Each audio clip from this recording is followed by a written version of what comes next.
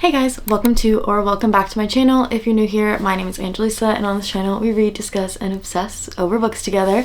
And today I'm going to be doing a November and December wrap-up. Last month I decided not to do November wrap-up because I didn't read that many books. So I was like, I'm just gonna put it with the December wrap-up and kind of finish off the year like that. And my goal for 2025 is to get back on track when it comes to reading, because I feel like my reading habits have really slacked off towards the end of this year. But I find that at the beginning of each year, it really picks up again. So that's my hope for 2025. But anywho, we're gonna get into the reason for this video, which is what I read in November and December. I'm also just not gonna do story graph statistics because it's over 2 months, but I'll tell you how many books I read in each month so that you at least have an idea. Over the 2 months, I read 8 books in total. I read 3 of them in November and 5 of them in December.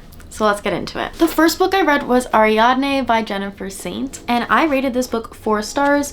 This is a Greek mythology retelling in the POV of like different figures during this time, or during this storyline, I guess. It's mostly about Ariadne and kind of how she grows up and falls in love with this guy, and these little kind of adventures that she goes on with different characters.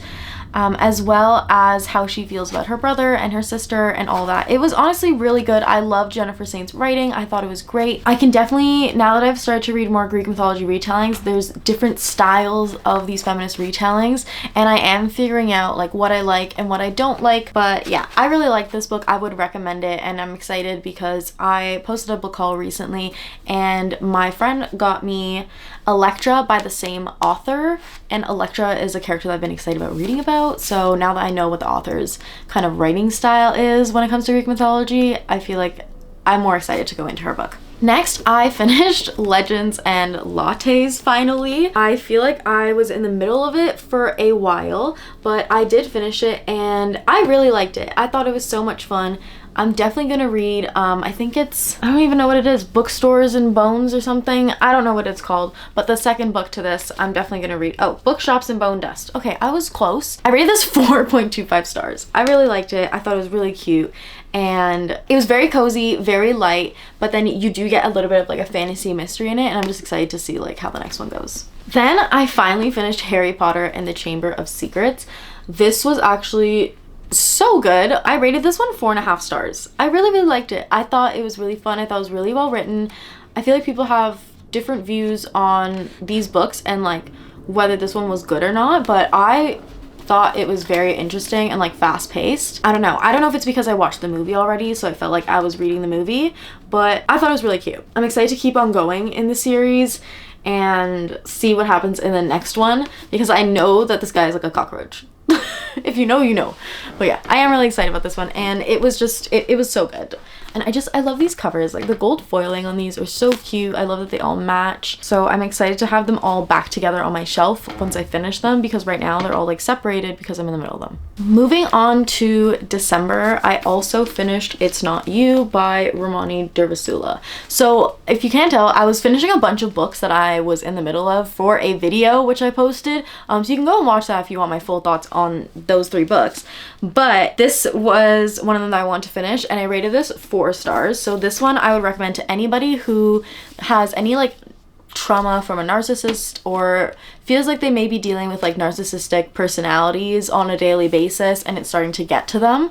I would definitely recommend this book, because not only does it allow you to kind of understand that the things that you're perceiving and thinking, it's not just you. Like it is valid and it is possible that this person is a narcissist, but also sometimes you can also find tendencies in yourself that you're reading that you're like, oh, maybe I was acting more selfish than I thought that I was, like stuff like that. So I thought it was just a very insightful book, and I've recommended it to a few friends already, and I really hope that they borrow it because it was really good. And I highlighted certain quotes too that I thought that I really resonated with, so this will probably be a copy that I will go back to over and over again. Next, I read another little fantasy book. It's called The Hazelwood by Melissa Albert. So this book was actually so fun. It was very surprising for me. I rated it 4 stars. It basically, I originally like misunderstood how it worked. I thought that she was looking for her mother who was trapped inside of a book, but it's actually that she's been taken to a land that is her grandmother's books are based on. And the whole idea is like her grandmother's books are fairy tales. So it's a fantasy book, and it was so much fun and very mysterious and like very twisty. Like a lot of things were exposed after that. I was like, oh, I didn't expect that. So yeah, I thought it was really good. It was a little bit slow in the beginning, so I do wish that like it got to those fast-paced, really interesting parts sooner, but it was still a very, very good book, and I would recommend it. And there's a second book, so I'm probably going to hopefully read that soon while it's still fresh in my memory. The next book I read was for book club at work in December, and it was Finlay Donovan is Killing It. So this is by Elle Cosimano, and I just realized this quote on the front. Most moms are ready to kill someone by 8:30 a.m. on any given morning, but it's supposed to be like a joke, obviously, but with the context of this, it is so funny. I did rate this 4.25 stars. I really liked it. It's about this single mom who she's a writer, and she's trying to write a book, and she was meeting with her agent to discuss the plot of her next book, and this lady overheard her talking about it, and because she writes like mystery thriller books, she thought that the way that they were talking about it, about like just getting this book done for a cheaper price or whatever, the lady thought that she was a hitman. So she left her a note asking her to kill her husband. So Finlay gets caught up in this whole like murder mystery thingamabob, and it is absolutely wild and just so much fun because it's a cozy comedy mystery, and I'm so glad that we picked it for book club and that it was the pick, because I was really excited to read this and start the whole series, and I'm on the second book now, and so far it is fun. So I would definitely recommend this if you haven't read it already. Next, I've started a video for a reading vlog, and the first book that I was reading in it is How to End a Love Story by Yulin Kuang. So this is a debut romance book by this author, and I rated it 4 stars. I really did like it. A lot of it was really good. I recall being kind of like annoyed about some aspects about it. If you want my full thoughts, you can watch the video when it comes out. It'll be a reading vlog of 4 books. It definitely wasn't my favorite romance book, but her writing was very reminiscent of authors that I like. The plot wasn't my favorite. The main character wasn't my favorite. The male main character was. I loved Grant, but Helen, I think she bothered me in some instances, and some of the decisions that she made was just like not my favorite. But I would still recommend it.